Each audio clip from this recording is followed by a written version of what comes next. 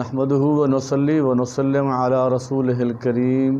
اما بعد فاعوذ بالله من الشيطان الرجيم بسم الله الرحمن الرحيم ان الله وملائكته يصلون على النبي يا ايها الذين آمنوا صلوا عليه وسلموا تسليما اللهم صل على محمد وعلى آل محمد النبي الأمي وعلى آله وأصحابه وأهل بيته أجمعين قال الله تبارك وتعالى في الكلام المجيد يا أيها الذين آمنوا اتقوا الله حق تقاته ولا تموتن إلا وأنتم مسلمون۔ عزیزان من، اللہ تبارک و تعالی نے قرآن کریم میں مومنین کو ارشاد فرمایا اتقوا اللہ، اللہ سے ڈرو، اور ایسے ڈرو جس طرح حق تقاتہ ہی ڈرنے کا حق ہے۔ ڈرنے کے حق سے مراد یہ ہے کہ کوئی بھی کام کیا جائے اس میں اللہ اور اللہ کے رسول کی رضا اور ناراضگی کو مد نظر رکھا جائے۔ وَلَا تَمُوتُنَّ إِلَّا وَأَنْتُمْ مُسْلِمُونَ، اور ہرگز نہ مرنا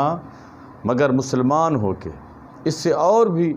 بات کو سمجھنے میں آسانی ہو گئی کہ اللہ تبارک و تعالی امت مصطفیٰ اپنی مخلوق سے اللہ کیا چاہتا ہے کہ ایسے ڈرو جس طرح ڈرنے کا حق ہے، اور اگر مرو بھی تو مسلمان ہو کے مرو کہ مرتے دم تک، جب سے تم شعور میں آئے ہو، جب سے کلمہ طیبہ لا الہ الا اللہ محمد الرسول اللہ صلی اللہ علیہ وآلہ وسلم پڑھ کے نبی کریم صلی اللہ علیہ وآلہ وسلم کی امت میں داخل ہوئے ہو، سرکار کی امتی ہونے کا شرف اللہ تبارک و تعالی نے آپ کو بخشا ہے، تو پھر اس کے کچھ لوازمات ہیں، اس کی کچھ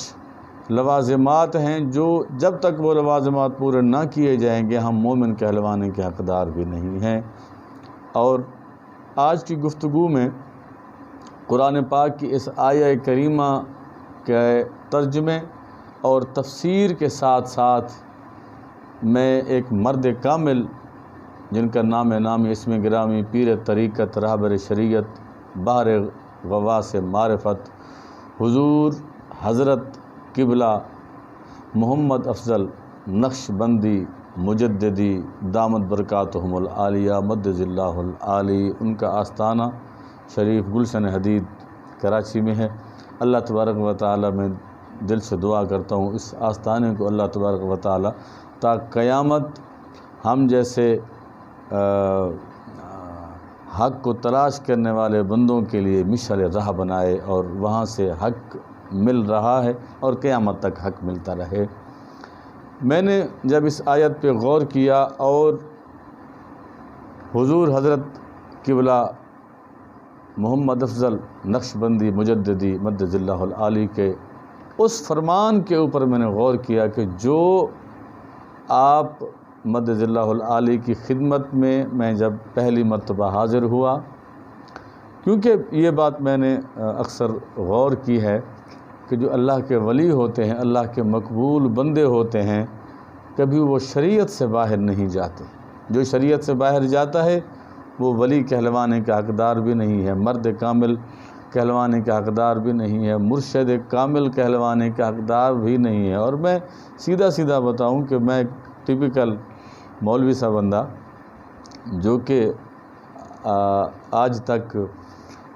اولیاء اللہ کو کتابوں کی حد تک جانتا تھا، اور جب میری حاضری اللہ تبارک و تعالی نے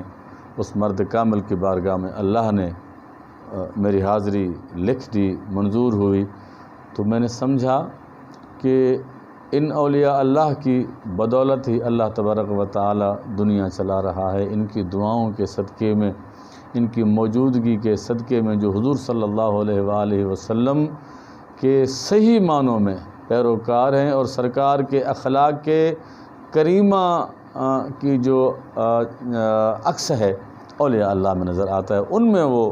ان میں وہ ایک شخصیت ہیں جن کا نام میں نے آپ کے سامنے لیا۔ جب میں آپ کی بارگاہ میں حاضر ہوا تو مجھے کہتے ہیں حضور قبلہ کہ مفتی صاحب، اگر علم کا سمندر ہو تو عمل کا ایک قطرہ علم کے سمندر سے زیادہ وزنی ہوتا ہے۔ دوبارہ اپنی بات کو دہراؤں گا، میرے لیے، آپ کے لیے، سب سننے والوں کے لیے یہ مشعل راہ ہے، اس ولی اللہ کا پیغام جو کہ قرآن کریم کے عین مطابق ہے، حدیث مصطفیٰ صلی اللہ علیہ وآلہ وسلم کے عین مطابق ہے کہ سرکار دو عالم صلی اللہ علیہ وآلہ وسلم نے ارشاد فرمایا، آپ کی حدیث پاک ہے، سرکار نے فرمایا کہ قیامت کے دن اللہ کی بارگاہ میں جب اعمال نامے پیش ہوں گے تو ایک عالم کو پیش کیا جائے گا، پھر شہید کو پیش کیا جائے گا، پھر سخی کو پیش کیا جائے گا۔ عالم کے علم کو، سخی کی سخاوت کو، شہید کی شہادت کو صرف اس لیے منہ پہ مار دیا جائے گا کہ انہوں نے دنیا کو دکھانے کے لیے کہ میں جب میدان جہاد میں جا رہا ہوں کہ لوگوں کو یہ پتہ چلے کہ میں جو ہوں وہ ایک مجاہد ہوں، میں غازی ہوں۔ سخی نے سخاوت اس لیے کی کہ لوگوں کو دکھانے کے لیے، عالم نے علم اس لیے پڑھا، سنا، تقریریں کی، خطبات کیے کہ لوگ مجھے عالم کہیں۔ نبی کریم صلی اللہ علیہ وآلہ وسلم نے ارشاد فرمایا کہ ان تینوں ہستیوں جو کہ دنیا کی نظر میں اچھی ہستیاں تھیں، ان کے اعمال برباد کر دیے جائیں گے کہ انہوں نے صرف دنیا کو راضی کرنے کے لیے اپنے اعمال کیے۔ اور جب میں ان کامل ہستی کی بارگاہ میں پہنچا تو اسی حدیث کا انہوں نے یوں سمجھے کہ ترجمہ پیش کر دیا، قرآن کریم کی ان آیات کی تفسیر بیان کر دی، جو کہ میں دوبارہ آپ بھائیوں کی خدمت میں پیش کرتا ہوں۔ آپ نے فرمایا مفتی صاحب، مجھے پیار سے وہ مفتی کہتے ہیں، ہم تو ناچیز سے بندے ہیں جو اللہ نے تھوڑا بہت علم دیا ہے اس کے مطابق عمل کرنے کی بھی کوشش کرتے ہیں، تو حضور کی بلا پیار سے مجھے مفتی صاحب کہہ کے پکارتے ہیں۔ فرماتے ہیں مفتی صاحب، علم کا سمندر ہو تو عمل کا ایک قطرہ اس سے زیادہ وزنی ہوتا ہے، اور اس سے بڑھ کے جو بات آپ نے ارشاد فرمائی، کیا بات ہے؟ آپ فرماتے ہیں اگر عمل کا سمندر ہو تو خلوص کا ایک قطرہ عمل کے سمندر کے اوپر بھاری ہوتا ہے۔ اتقوا اللہ حق تقاتہ، اسی کا مطلب ہے کہ ایسے ڈرو جس طرح ڈرنے کا حق ہے، ولا تموتن، اور ہرگز نہ مرنا مگر مسلمان ہو کے مرنا، کہ ہر کام میں اللہ کی رضا کو شامل کرنا۔ اگر کلمہ پڑھنا ہے تو دل سے پڑھنا۔ ان الذین، کئی ایسے آیات میں پیش کر سکتا ہوں جو کہ آپ کے اس فرمان کی عکاسی کریں گے جو مرشد کریم نے ارشاد فرمایا کہ علم کا سمندر ہو تو عمل کا ایک قطرہ اس کے اوپر بھاری ہوتا ہے، اور عمل کا سمندر ہو تو خلوص کا ایک قطرہ اس کے اوپر بھاری ہوتا ہے۔ مطلب کہنے کا یہ کہ علم کے بعد عمل اور عمل کے بعد خلوص ہے۔ علم ٹھیک ہے، عمل ٹھیک ہے، اگر ان کے اندر، علم کے اندر خلوص نہیں ہے، علم بیکار ہے۔ عمل کے اندر خلوص نہیں ہے تو عمل بیکار ہے۔ اور کوئی بھی عبادت ہے جب اس کو اللہ کی رضا کے لیے نہ کیا جائے، محمد مصطفیٰ صلی اللہ علیہ وآلہ وسلم کی رضا کے لیے نہ کیا جائے، تو قیامت کے دن آقا کریم علیہ السلام کے فرمان عالی شان کے مطابق وہ اعمال اٹھا کے ہمارے منہ کے اوپر مار دیے جائیں گے۔ ان الذین قالوا ربنا اللہ ثم استقاموا۔ حضور صلی اللہ علیہ وآلہ وسلم کی خدمات اقدس میں ایک شخص حاضر ہوا، عرض کی یا رسول اللہ صلی اللہ علیہ وآلہ وسلم، میں یہ سمجھتا ہوں کہ میں آپ کی بارگاہ میں پہلی مرتبہ اور آخری مرتبہ حاضر ہوا ہوں، میں نہیں سمجھتا کہ اس کے بعد مجھے پھر آپ کی بارگاہ میں حاضر ہونے کا موقع ملے، تو مجھے پوری زندگی ثابت قدم رہنے کے لیے ایسا نسخہ، جس کو نسخہ کیمیا کہا جائے، عطا فرما دیں کہ میں اس کو ہمیشہ یاد رکھوں اور اس نسخے کو اپنے سامنے رکھ کے پوری زندگی میں عمل کرتا ہوں۔ تو میرے اور آپ کے پیارے آقا کریم علیہ السلام نے ارشاد فرمایا کہ قالوا ربنا اللہ، کہو قالا ربنا اللہ،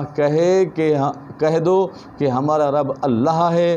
کہہ دو کہ ربی اللہ، قالا ربی اللہ، کہے کہ میرا رب اللہ ہے، اور استقم، اس کے اوپر استقامت اختیار کر۔ تو نبی کریم صلی اللہ علیہ وآلہ وسلم کی حدیث پہ غور کیا جائے تب بھی ہمیں خلوص کا سبق ملتا ہے، عبادت میں اخلاص کا سبق ملتا ہے۔ قرآن کریم کی ان آیات کے اوپر غور کیا جائے، وَلَا تَمُوتُنَّ إِلَّا وَأَنْتُمْ مُسْلِمُونَ، کہ ہرگز نہ مرنا مگر مسلمان ہو کے مرنا، کہ جو بھی اعمال کرو وہ مسلمانوں والے اعمال کرنا، اپنی سیرت میں، کردار میں، رفتار میں، گفتار میں، بولنے میں، اٹھنے میں، بیٹھنے میں تم مسلمان نظر آنے چاہیے۔ ظاہری طور پہ جو